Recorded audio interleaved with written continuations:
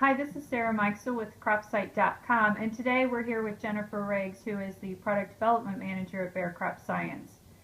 Jennifer, one of the topics that continues to come up is soybean sudden death syndrome. Can you tell us a little bit about the issue? Yeah, thanks, Sarah. Sudden death syndrome is a soybean disease that's basically caused by a soil-borne fungus that was discovered in 1971 in Arkansas and is now basically spread through all the major North America soybean growing areas, including Canada. So you think about discovering in Arkansas that it was thought about as a temperate problem, and now basically it's adapted to be able to survive in the soils wherever soybeans are grown. So certainly the Midwest has significant problems. It's a soil-borne fungus that likes cool, wet conditions to establish itself. And when we think about when we plant seed, those conditions are normally cooler and wetter because that's what's basically the time of the year it is. I think the real interesting piece of this is that there's no such thing as a control mechanism out there for it. So farmers have used cultural practices, and one of the major cultural practices is to delay their planting. And we all know that when we delay planting of soybeans, there's a significant yield response at the end of the season that's not in the benefit to the grower. So that delayed planting, lower yields, but they can escape that sudden death syndrome phenomenon because they're avoiding that wet, cool conditions. But what Bayer has discovered is that, well, not Bayer, let's just start that over. What's been discovered is that even though the disease is considered a late season disease, it really is an early season disease because the infection occurs at the seedling stage, but the symptoms don't show up until later in the season. Okay. So it's kind of very interesting the way the fungus survives in that it infects early, infects the soybean plant. It kind of just sits there and grows in the plant, but when that plant gets under stress later in the year, the fungus produces a toxin that moves up to the top of the plant. The leaves turn yellow, then brown, fall off, pods abort.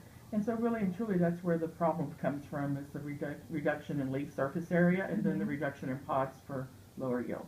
But it's that early season when it starts. It all starts there, but no one thinks about it because they don't see the symptoms until later in the season. Late August, you know, even into September is when symptoms show up. And what, I understand Bayer has a new solution for this? We do. We have a new fungicide that's a seed treatment applied product. It's called Alivo. It's been submitted to EPA for registration. We expect registration in the fourth quarter of 2014, so we expect to have some in the market for 2015 season. Very good. Yeah. And is the product then will be applied as a seed treatment at your treating facility? Correct. So it'll be applied just like most commercial seed applied fungicides and insecticides. It's not a product that will replace something that's already being utilized by our growers, but it's in addition to that for basically for the control of sudden death syndrome.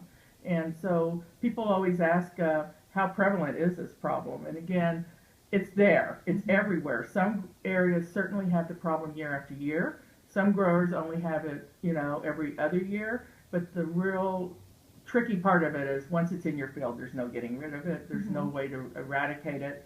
And so certainly what we can do is work as an integrated solution to the cultural practices that are utilized, this new seed treatment, Alivo, and then the genetic resistance. So most soybean seeds have some level of tolerance or susceptibility, but there's no such thing as complete resistance. So one of the exciting points of Alivo is that in our testing over the last 3 years, we've actually showed a yield at the end of the season benefit from utilizing it across all types of genetics, whether they're extremely susceptible or they have resistance. We've seen some value of adding Alivo to the seed.